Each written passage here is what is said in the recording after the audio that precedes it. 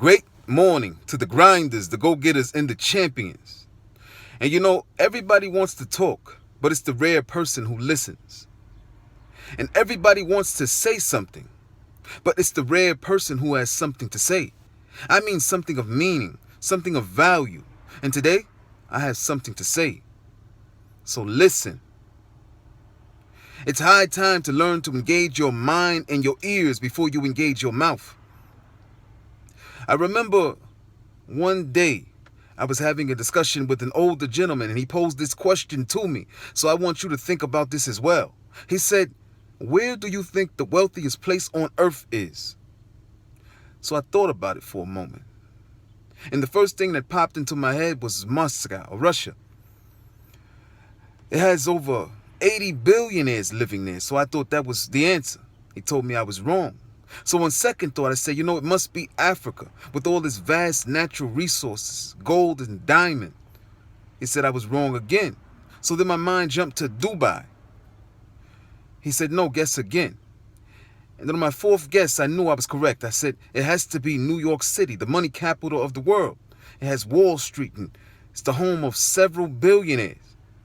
He told me I was wrong. Then he turned to me and said, stop guessing. He said, I'm going to tell you what the wealthiest place on earth is. I said, what is it? He said, it's the graveyard.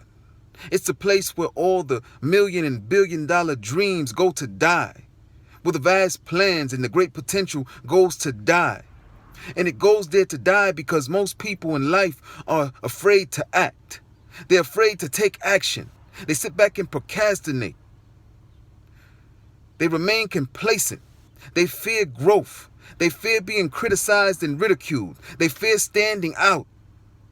So sadly, the graveyard is the wealthiest place on earth. These people never found it within themselves to push forward and overcome their fears and cultivate their greatness so they can display their talents and greatness to the world. So, every time you procrastinate, every time you put your work off, every time you shun greatness and accept average and mediocrity, you get one step closer to donating your greatness, your great plans, your billion-dollar dream to that graveyard and fade into the mist of obscurity.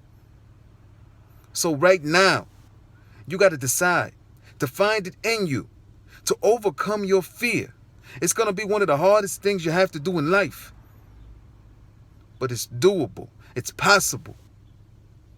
So, you decide. Greatness or obscurity. Let's get it. Level up.